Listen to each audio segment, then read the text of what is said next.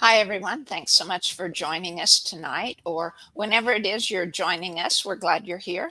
And my guest for this evening, um, it was I was learned about LeeAnn through a mutual acquaintance of ours, and I didn't have any idea what the Feldenkrais method is. And so I was glad to have LeeAnn on to learn more about it myself, and that it might be valuable to you too, because I work in spirit a lot in our biofield, but you can't separate the body from the biofield and all our stuck energy that holds the emotional record of our lives. It gets stuck in the light waves of our body as well as the light waves of our biofield, and so it's so important to take care of our bodies. And I know that just thinking different thoughts helps release emotions, so why wouldn't moving in different ways release that emotional energy from our bodies as well, so we can live happier lives? And so um, LeeAnn Starovasnik is here tonight to talk about the Feldenkrais method, and I'm going to read her biofield. I'm going to read her bio. You can tell where I'm at all the time in the biofields, and I forgot to fill this up, so it'll just take here we go, a second. So LeeAnn has over 25 years of dedicated practice as a guild certified practitioner of the Feldenkrais method of somatic education. And she teaches classes, workshops, and private sessions online and in her North Seattle studio. She loves applying her well-honed observation, intuition, and problem-solving skills to creatively help clients discover or recover how to move efficiently and comfortably through life with a less pain, more brain philosophy. With certifications and licensing in body, mind, and spirit studies, LeeAnn provides support and builds hope for us all, and for those especially with pain in their bodies.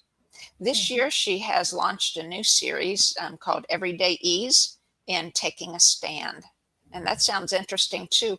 Her links where you can contact her are down below, including that she's offering listeners a discount if they purchase the ABCs of Everyday Ease, A through F recordings and transcripts. And there's the code that you can use here, and you can purchase those for $25. And the link is below where you can do so.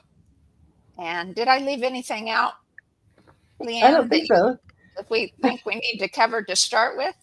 Okay. No, I think you did great. Thank you. Okay. Well, thank you. And I was looking forward to hearing more about your story. We're kind of built for stories, Mhm. and I love to hear how people get into the work that they're doing. What happened, in your life to bring you to that point and such. So, if you don't mind sharing a little of your life story with us and how you found the Feldenkrais method. Sure, thank you. I'm so happy to be here. And Carla, you're absolutely right. We're thinking, feeling, sensing, and moving simultaneously. So all these things go together, like you mentioned in your introduction, that we can't do one without the other. So yeah, if we change our movement, we might be able to change our experience of life, and that can cross all of these fields that we've talking about. So that's exciting. Um, So for me, how did I find the Feldenkrais method? Now, I know many of you probably have never heard of it, so fair enough. It is relatively young. Um, Moshe Feldenkrais started it in the 30s in Tel Aviv, and I came across it in my 30s, um, and it was because of pain. How many times do we try something new because nothing else has worked? Mm-hmm. Well, that's what happened to me. But go back up a little bit from that. My life has all been about process improvements. I'm all about efficiency, effectiveness. Let's have something functional going on. And I started as a programmer. So I was making the computer programs work faster, more accurately, etc. That was part of my, training and what I did first.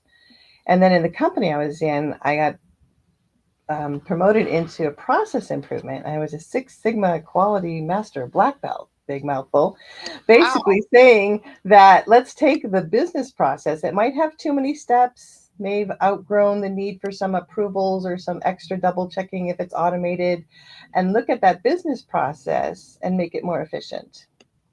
And that could Mm-hmm. involve everybody, who's involved in any process. So Mm-hmm. getting an application through or doing a withdrawal or deposits. I was in financial services. So Okay.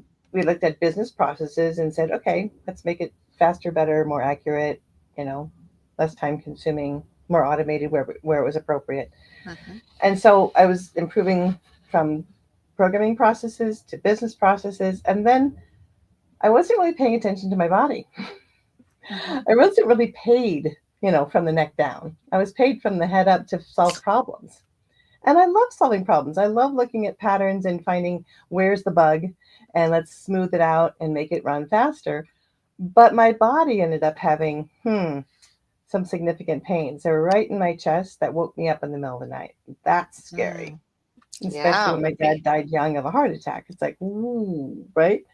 I Yeah. literally got off the freeway going, I don't know what's happening. Mm. Now, the good news is my heart is perfectly fine. What wasn't okay, and I didn't know it for quite a while. I followed, a healing path. One person sent me here, then another person sent me here, and I tried all these referrals, and practitioners said, "Oh, you should try da da da da," and all the methodologies were good. I really believe what's out there has helped somebody and been successful, or else other people wouldn't spend the time, money, and energy to be certified and to be running their businesses doing it. So these are all good things. For Mm-hmm. me, unfortunately, they gave me some relief, but it was temporary. So the chest pains came back even after my big corporate job moved to Richmond, Virginia, and I stayed in Seattle, Washington. And I was out of that stress. It was a high stress job. I had two bosses. It was pretty, too many hours, not enough balance. So even, they said, oh, yeah, you reduce the stress, that'll stop. Like, no, it didn't stop. Mm-hmm. And one of my practitioners said, "Oh, you need to work with this fellow, Arnie. He's up in Canada." And I said, "Oh, I happen to be going there next week. Isn't that just perfect timing?" I was Mm-hmm. laid off from my corporate job because they moved the headquarters and I stayed in Seattle. So I had time. I had a little, money in the bank from that, severance.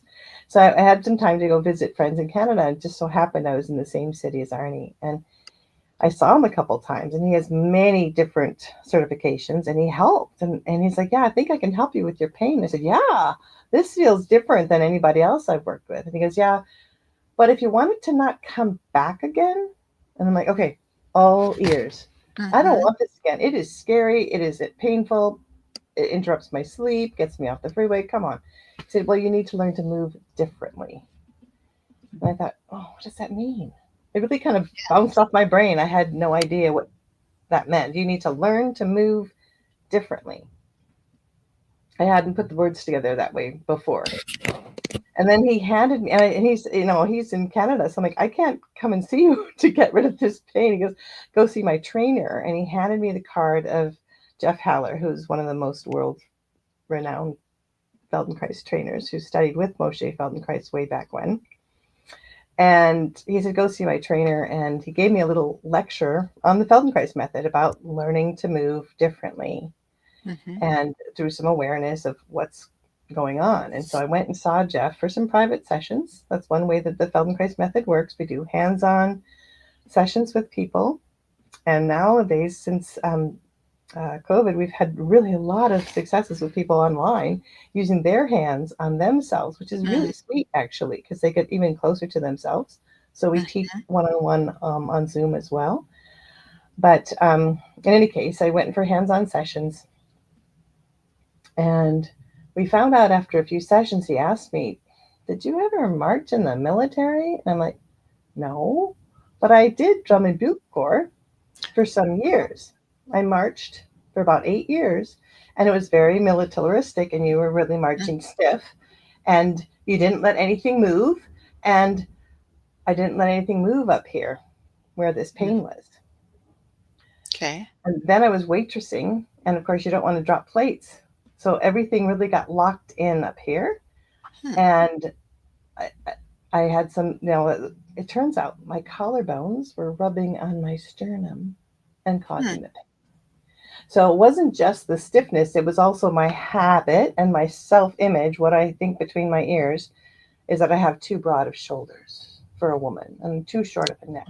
And so I did some, and I always carried a little extra weight. So I did a little this and a little that. And that brought the Mhm. color. I'm exaggerating, but Uh-huh. I'm not the only one, right? Because something up here Sure. is never quite right. It's too big, too small, too late, too early, whatever. This is a place that's not easy for a lot of women. Yes. So I had that habit for a long time. So it wasn't just a 1 day thing or a 1 year thing or a little bit. It was a lifetime of kind of protecting and doing this thing that caused this. And he was the one who figured it out. And once we figured out that was where the pain was caused, and then I could get more comfortable with having my shoulders come back into their home spot for my body. This is me, take it or leave it. I have broad shoulders. I got to grow into this is kind of okay, and it's much more Mhm. comfortable. Haven't had the pain since.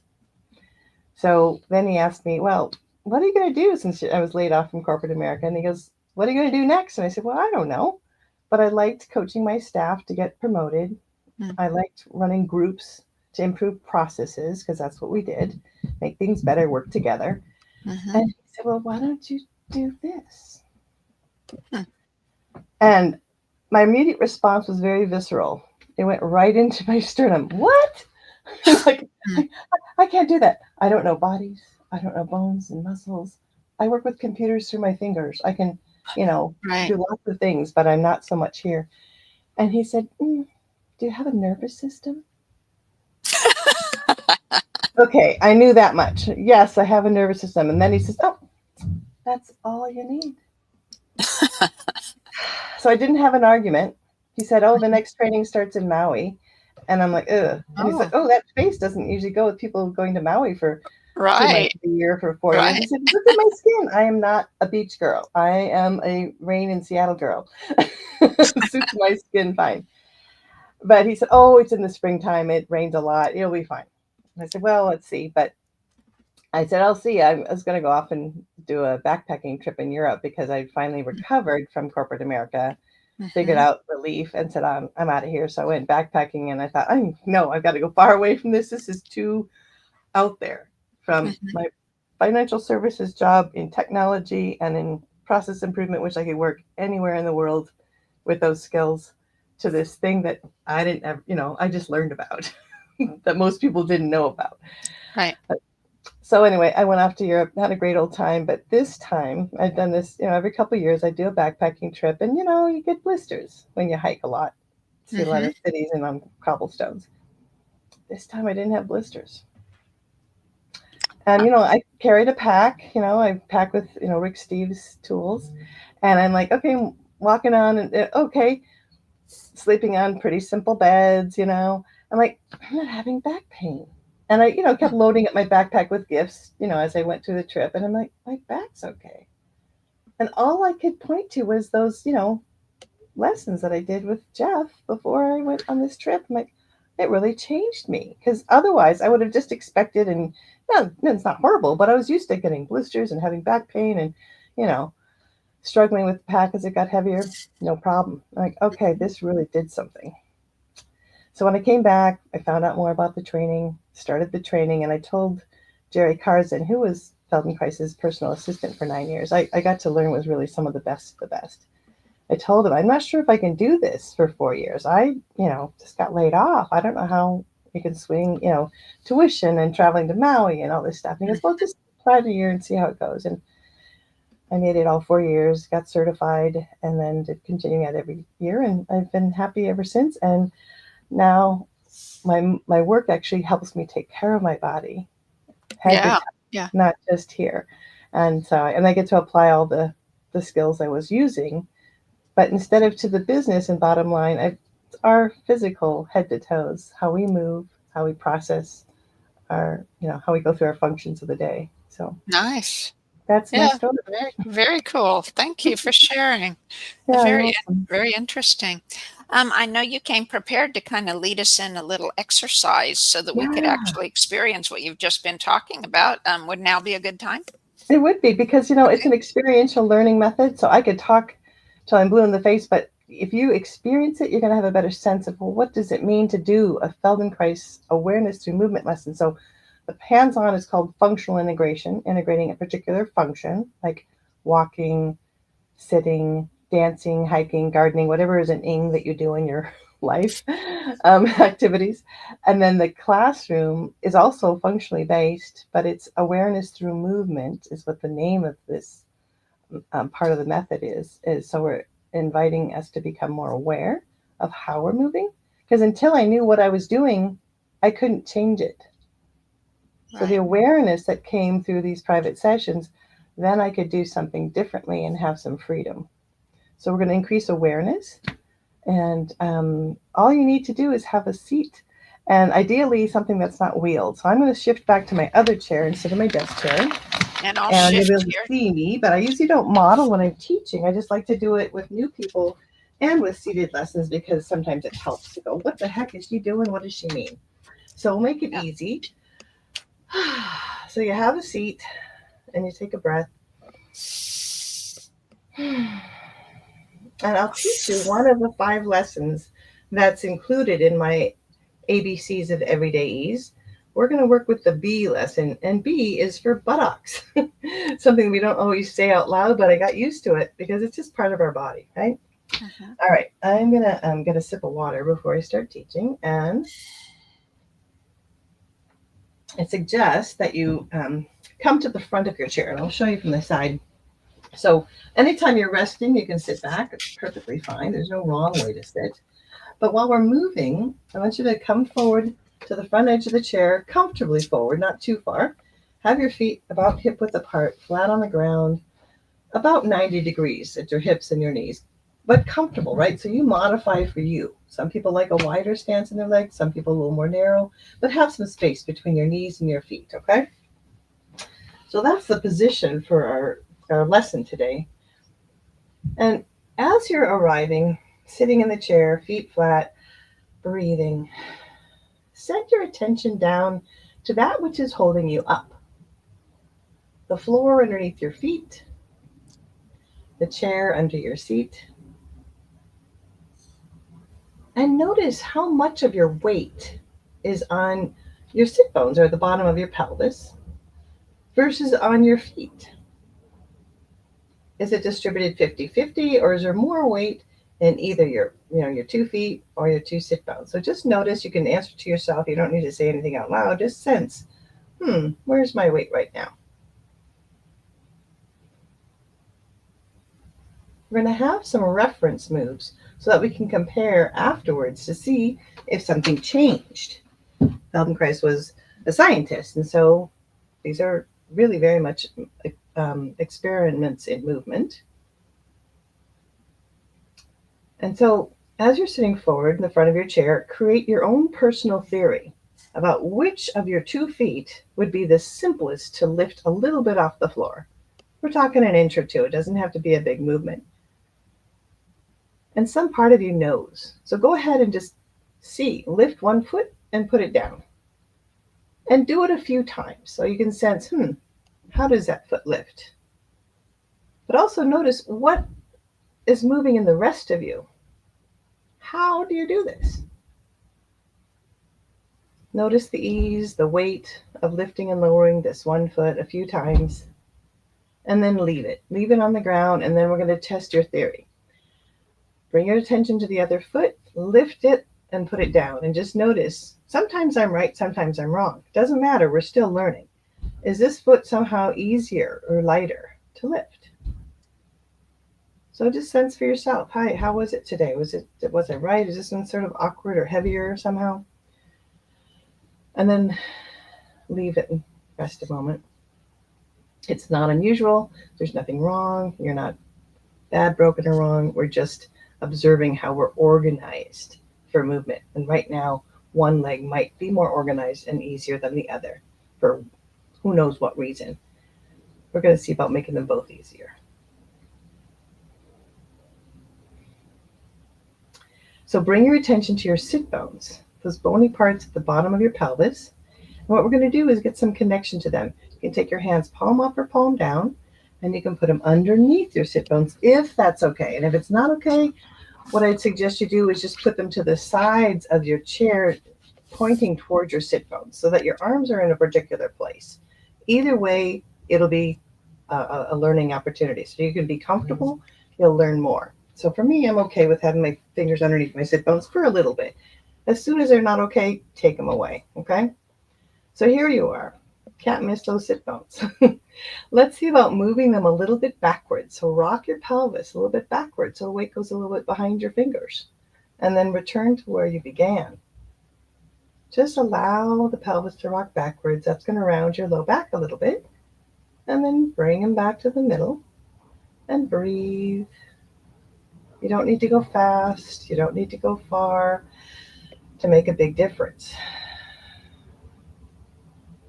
So a few movements of rocking just one direction, backwards, and then on top of those sit bones. And then go ahead, take your hands out and rest.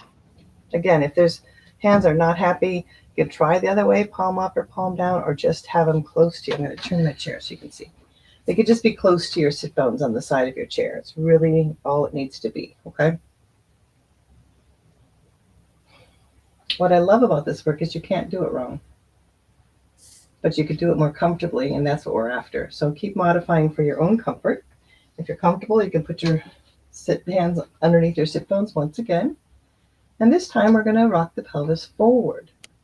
So you can take your belly forward a bit and your pelvis forward, and the weight goes in front of those hands, and then return. And just do that a few times at your own pace. You can do these with your eyes open or your eyes closed. Some people find they can sense more about their weight and what they're doing and how they're doing it if their eyes are closed. So you can try that if you like, not required. Good. Then take your hands away and rest a moment. This is a short introductory lesson, which is what all the ABCs are. It's a little taste that can be good done as a coffee break and might help you to be more comfortable through your day. All right, so we're going to bring these two movements together. I have a little pool noodle here just to help you see and sense what's happening in your spine. As you rock your pelvis backwards, your spine starts to flex a little bit. And then as you rock your pelvis forward, you go a little bit into extension. We're not doing a big movement here, so just allow yourself to sense what's happening. When you rock your pelvis backwards, maybe your chin wants to come down. You can let that happen. When you rock your pelvis forward, your chin might lift a little bit away from your chest. That's okay. That's just following the flow from head to tail. The spine's all connected. Breathing in, maybe it helps to breathe in when you come forward. Breathing out, maybe it's easier when you're rocking backwards, but there's no wrong way to breathe. So just keep breathing and moving a little bit forward, a little bit backwards at your own pace, okay? All right, then leave that. I'll put this away. I have one thing to click on my computer. All right.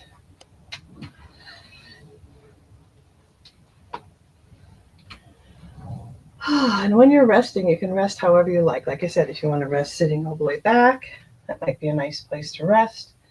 You can do that.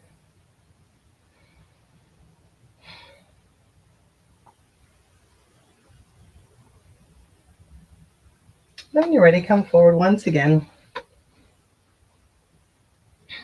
Let's try one more time. Hands underneath the sit bones, if you like, or close to them on the outside of on the chair. And let's go ahead and rock a little bit backwards, a little bit forwards. Sensing that weight shift in those sit bones, forward and backwards, and then begin to make a smaller exploration. So go less backwards and then less forwards, and even smaller the next time. Smaller and smaller movements backwards and forwards, until it feels like you're kind of not forward and not backwards. Leave yourself there when you get there and take away your hands. And just notice what sitting is like. Do you have more contact with your seat on the chair? That happens sometimes. Notice what you notice is different. Maybe there's a different weight distribution between your feet on the floor and the weight in your sit bones on the chair. Your feet may have figured out how to do a little bit more of the work. Maybe. And they may have already been doing everything they needed to do. But notice if it feels different to you.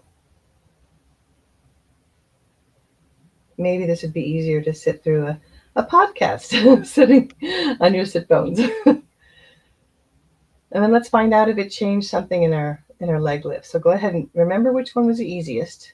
Pick up that foot, put it down. And do it a few times and find out, is it any easier to lift and lower that foot?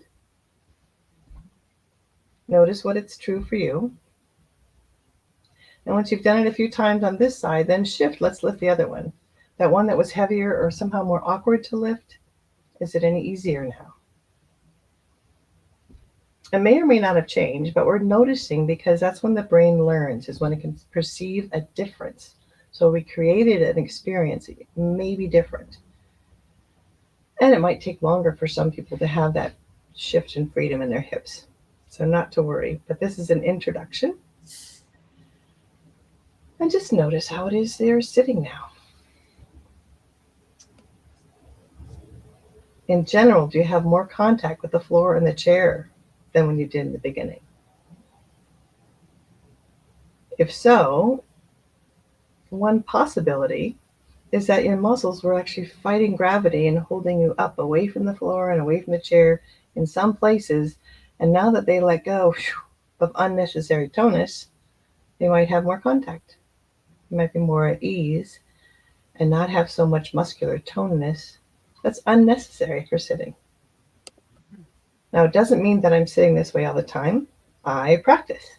So when I do a little bit like this, if I'm going to sit for a long time at my computer, I'll interrupt my sitting by doing something similar to this. There's a lot of lessons that you can play with. Feldenkrais originally recorded over 1,000 awareness through movement lessons. And then every time he taught a workshop and a training, he created more.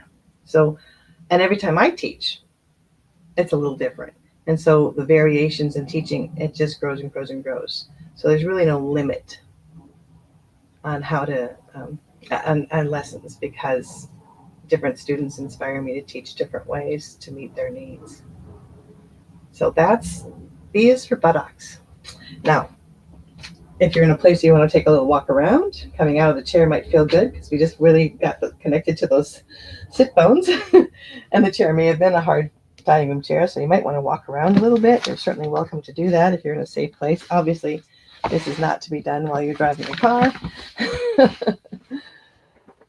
But come and be comfortable. And I'm just curious if, Carla, if you have any questions. It's the first time you've ever done an awareness through movement lesson.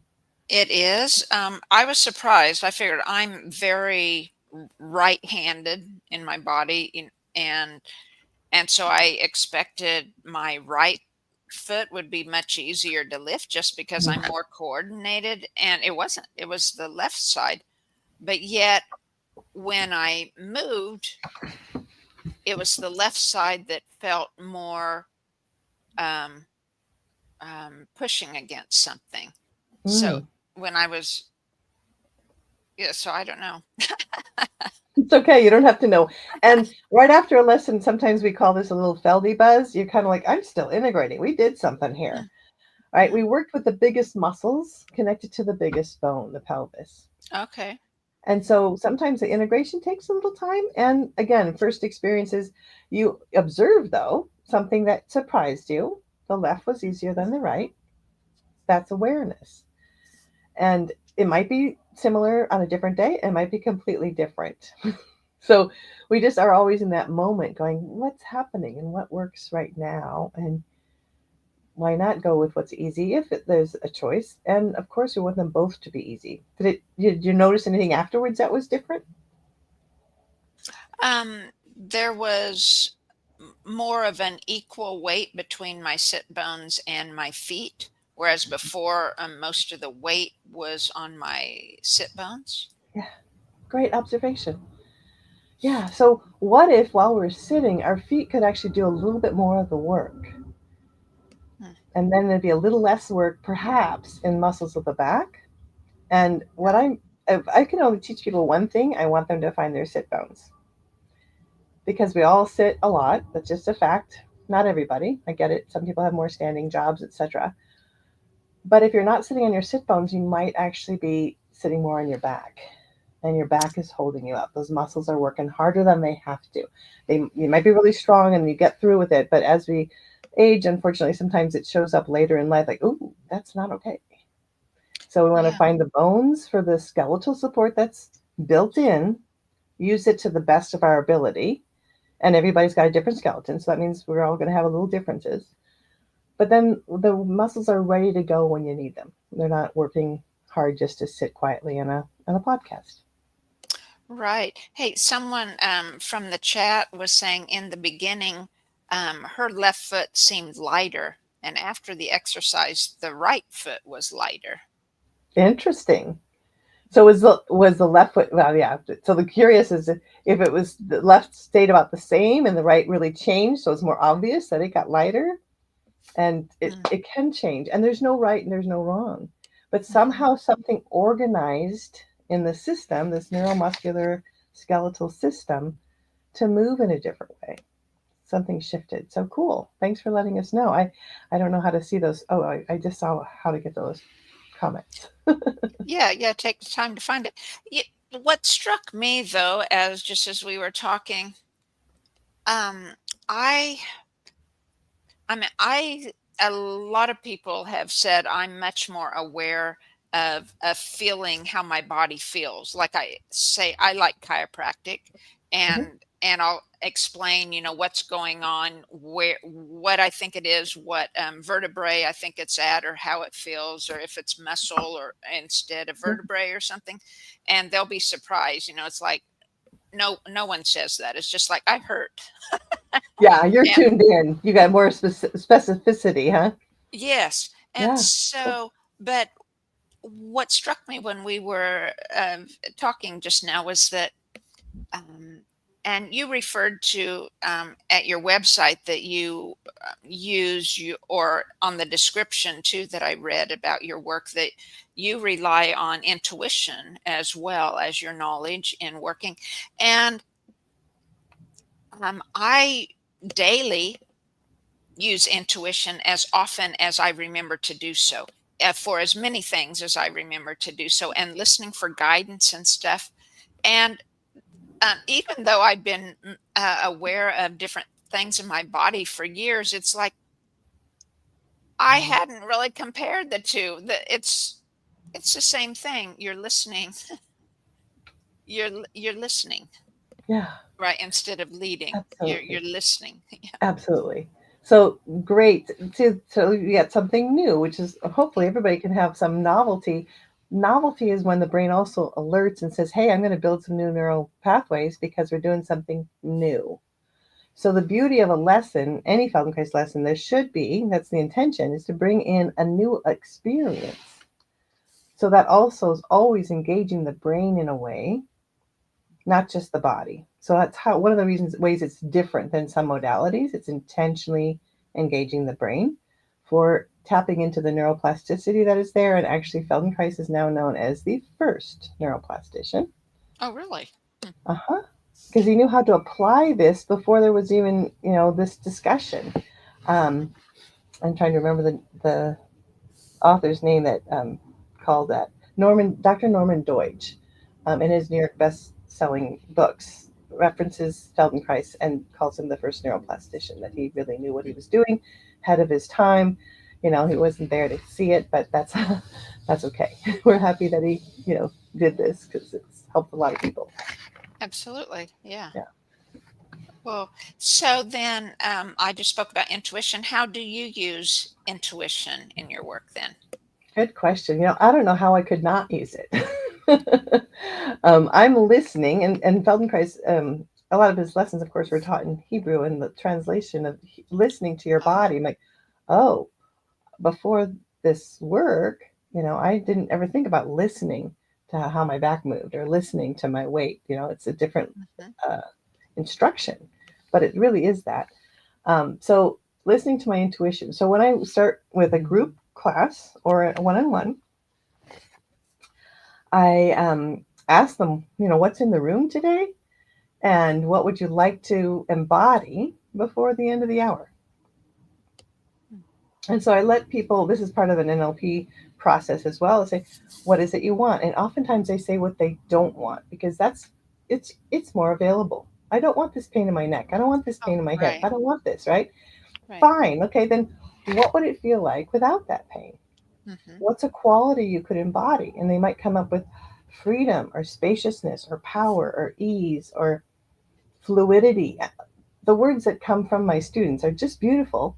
And I use that idea, this quality we want to embody, so, sort of this overarching intention that no matter what I teach, I'm going for the experience of perhaps spaciousness. And I had a woman privately recently who was a gardener who had pain. She was doing a lot of gardening. Her hand hurt, her shoulder hurt, her hip hurt. And I'm like, okay, so what do you want? Because we know what you don't want. Really good to know what you don't want, because back of the hand, front of the hand, it tells you, I don't want pain. What do I want? And she came up with, I want to feel spacious in my body. I feel compressed right now. She's Hmm. tightening around pain, which is really all that muscles can do. They can shorten and they can lengthen. That's it. So I usually am helping people let go of unnecessary tension. Hmm. And for her, we did this hands-on session, did some work, and afterwards she's walking around and she's like, I said, well, how does it feel? Well, this is different, that's different. And, oh, I feel more spacious. It'd been an hour. So, she came back to, oh, that's what I'm feeling. And I'm like, yeah, that's what we were looking for, some space between ribs, between vertebrae, between, joints, any place we could imagine. And I could invite some spaciousness so that she might not have that feeling. Um, that's what she experienced coming out And of the hour. yeah, well, that goes back to your story, right, of your collarbone rubbing on your sternum. Because when you were saying that, I thought, well, how can that happen? And I'm Over not great. time. I'm not great at anatomy and Right, physiology, right, right? right. But it's because you were very contracted. I was contracted for decades, right? I thought my shoulders looked like football pads when I was in junior high, long, long time ago. And I thought women were supposed to have a longer neck and of course not so much weight. So I thought I was looking more attractive. It wasn't working, but I didn't that's what I did for a long, long, long, long time. Hmm. And so to come out and not have the skeletal posture, to have that spaciousness there, really changed a lot of things, but it also made me a little more vulnerable, right? Oh, right. Yeah. And I Uh, had to grow into that this is okay yeah. and keep breathing. And of course, I can still do my, protective posture whenever I want to. It's my choice.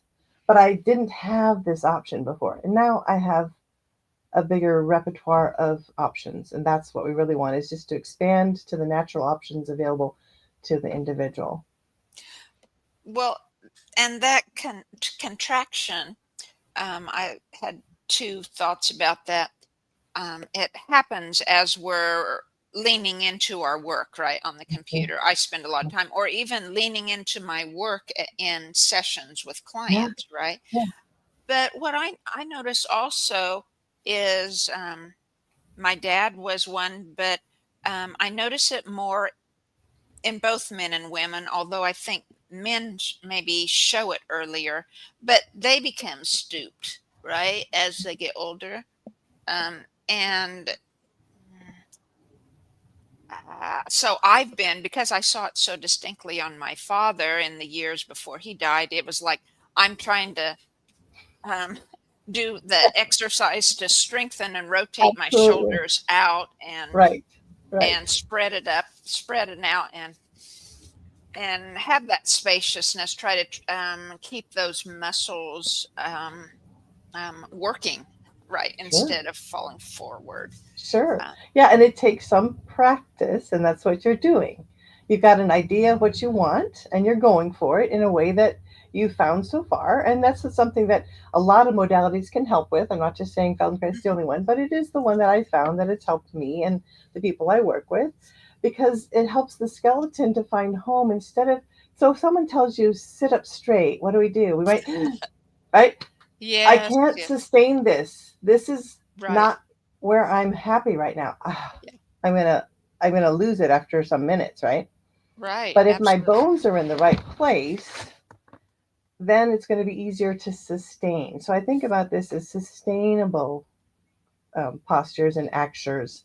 Feldenkrais called it acture because he didn't like the word post from a posture standpoint because it was still and Okay, not moving. And he felt like okay, uh-huh, we have the right posture for the action at hand.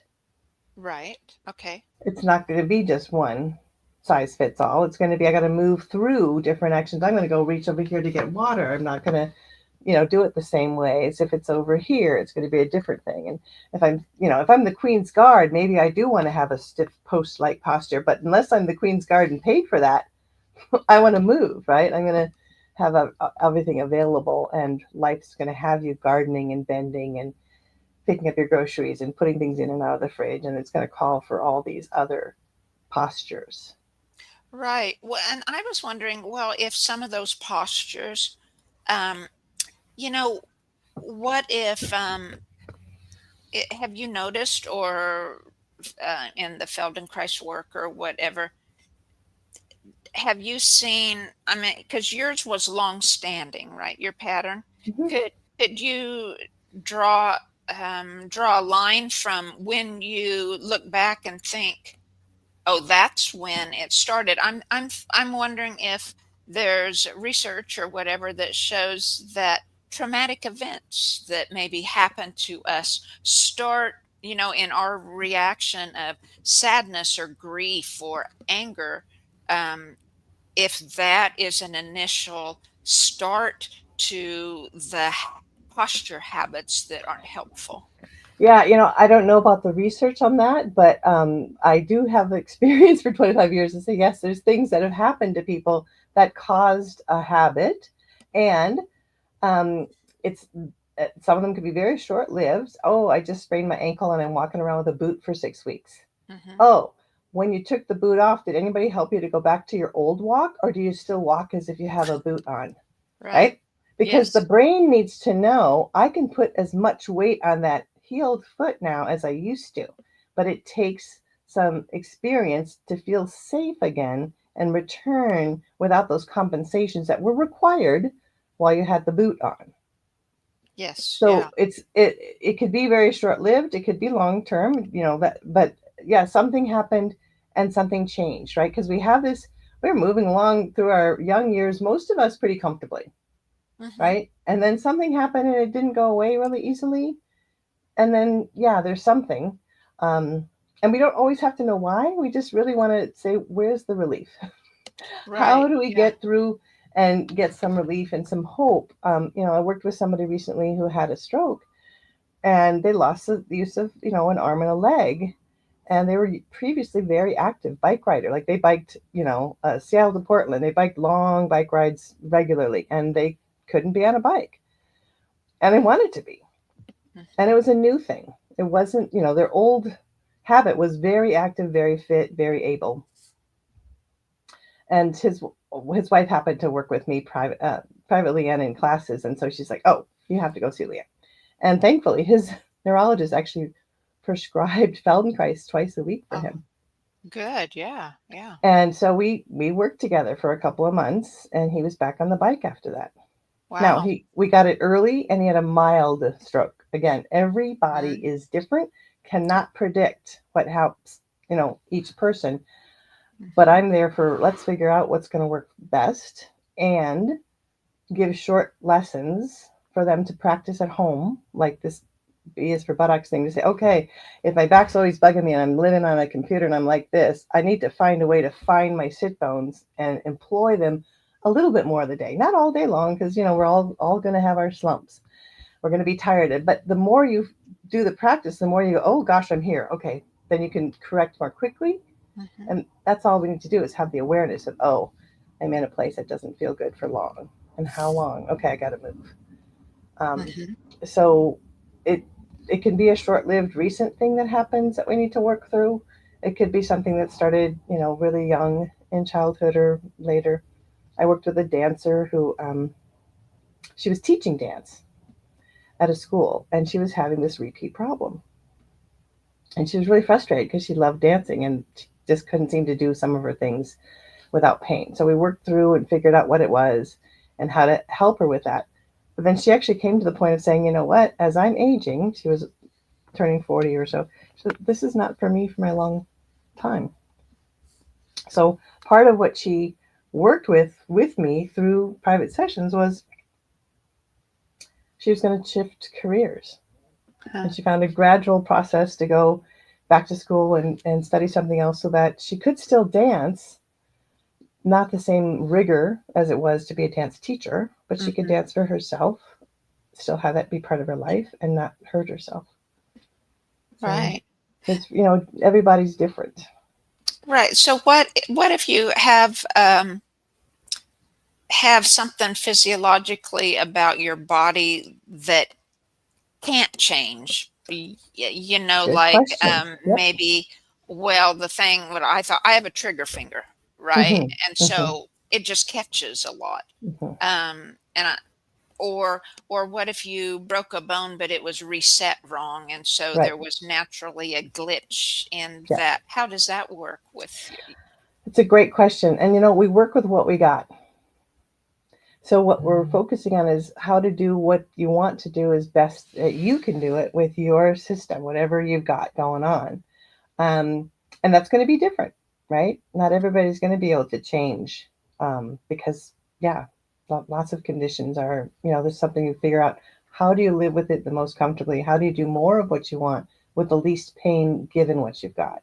So we're still refining the quality of movement, and we're doing it through learning, and we're co-discovering what works. I get feedback from people, oh, this worked, this didn't work, as we're going through a session or a class. And we find a path. I call it my business next step consulting. It's like one step at a time is all we really can learn. Right?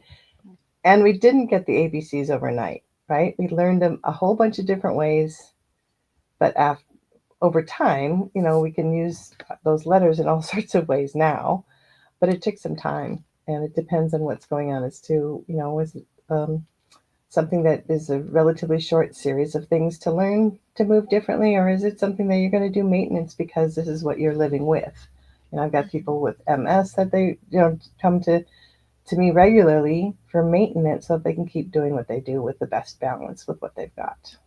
Right. Yeah, that sounds good. So does your work with the NLP then, um, you're training the body in some sessions and then other times you're training the mind to help your body? Well, Or so I have those as two separate sessions, but I also in my Feldenkrais class and private sessions use some NLP languaging to find out what is it that they really want, so that I know what success looks like to them.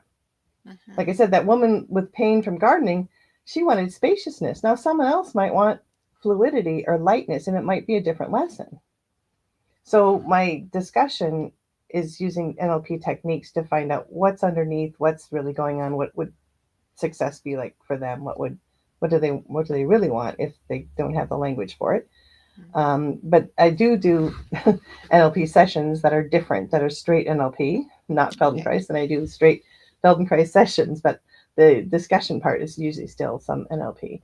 So that thinking, moving, sensing, feeling is still all combined. Mhm. So I'll pull from everything I've got to bring Sure. to the table to help people. And some people prefer an NLP session and not Mhm. hands on. So it Right. depends on what the person's wanting. Yeah. Sure. Yeah, that's great. Yeah. Um, I was wondering, you also list metaphysical practices. So beside intuition, I guess, which would be in some way the metaphysical, right? But I took it that you meant something else by metaphysical. Like, do you use crystals, or do you tap into, the energy grid? Are you, what do you think of as Great metaphysical? question. Well, I was certified as a religious science practitioner, which is using prayer. And I don't do prayer sessions combined with my Feldenkrais sessions, and I'm no longer certified there. So I don't do those anymore. However, it does feel like this is my ministry in the world. And when I'm Sure. asking people what they really want to embody, those are those high vibration words that I'm going for: ease, Okay. freedom, good, Yeah. power, joy. And so I'm looking to get to that place that we're moving in the direction of something that's um, has that vibration or all that power in those words. So I'm looking to have them set intentions, but um, I don't want anybody to have a particular belief or spiritual practice to be able to work with me. So Hmm. I keep that Sure. separate. Sure. Um, but yeah, I certainly, um, yeah, build it in through the quality that they're looking to embody. Right. Yeah. Yeah. The high vibration words, for sure. It makes a big difference what that goal is. And I suppose for well, I was just thinking, for me, I could easily see saying a word to start with, right? But then um, down the road after a few sessions, it's like, well, this word is more of what I'm describing, right? Or I realized what was inside what I really wanted, instead of just the physical more that I started with or something. Yeah, it can shift every session I start because everybody comes in unique. I may have an idea of, oh, we did this last time. I think we should do this next time. And then they show up and that's not appropriate at all. I always have to be in the moment going, okay, what's going on today? Right. And Right. we go from today, what's a quality you want to embody, or what would you like to feel like walking out of here? And let's, if you have a wish, what would it be? And go towards that. What we know about learning, from a developmental standpoint, is that the children are learning because they have an idea that's something they want, right? They're Mhm. reaching because there's something sparkly, or Yeah. someone's voice is over there, or there's a toy. They have a reason to move, not just to move for movement's sake. It's not exercise that way. It's, Hmm. embodying some more possibilities. Yeah. Neat. I'm sorry, I got a pesky little fly around here. Oh dear. The okay, you kind of spoke about that, the in body, mind, and spirit. Um, yeah. Um, w- I guess I know you have some courses or some, your lessons that you talked Mhm. about. Could you Sure. talk more about Sure. those things that you offer, so it gives people an idea, more of ideas of how that, um, what they might benefit from, or Sure. to think of. Well, I do have drop-in classes Tuesday mornings at 8 a.m. on Pacific time, so it's 11 a.m. for the East Coasters that I teach, and early birds like me on the West Coast. So Tuesday mornings class is usually done seated for people who may or may not be comfortable getting to and from the floor, but they like doing lessons in a seated position.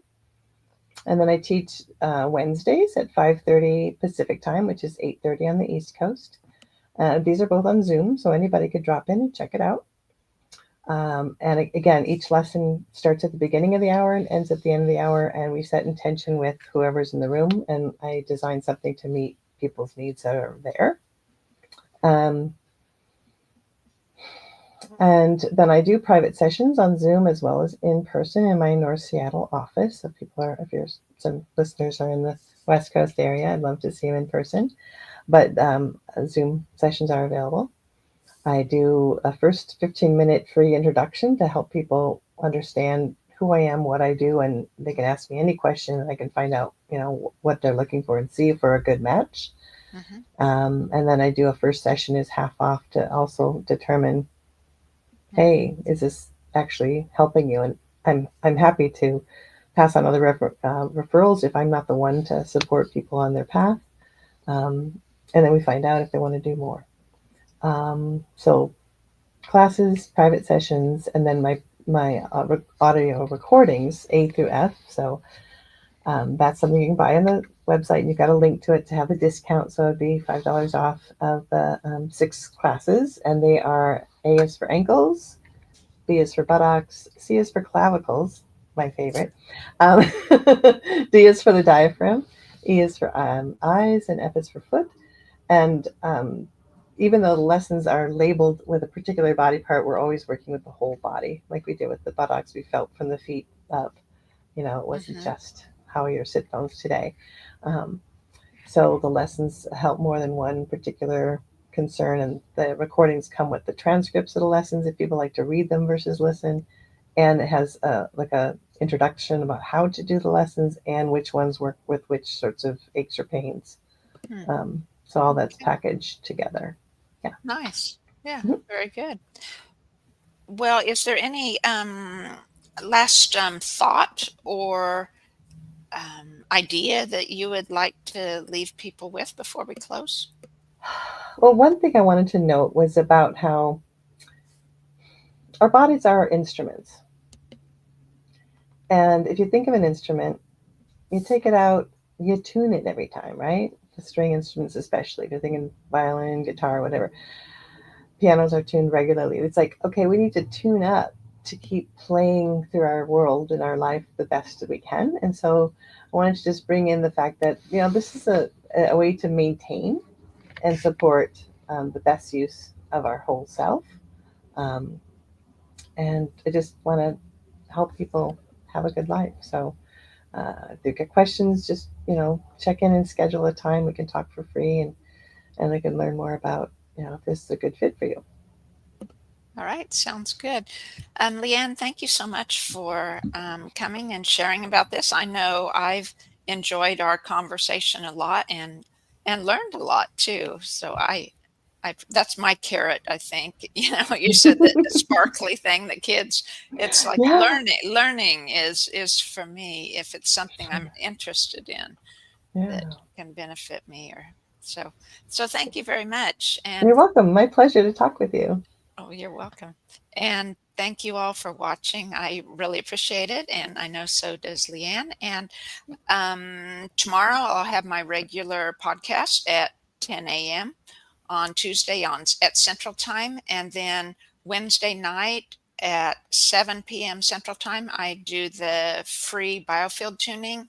Um, um, and the tuning is according to the moon energies that we're experiencing during each week. So it helps to integrate us um, to receive those energies and work with them because that's what they're there for. The universe is always there for us, working in our favor. And that's what I'm trying to do with working with the moon energies is to convey that my love for how the universe is always working in our favor and how we can work with it instead of against it. And that's what LeeAnn does, right? You train your body to work with your body instead of against each other in different Mhm. ways.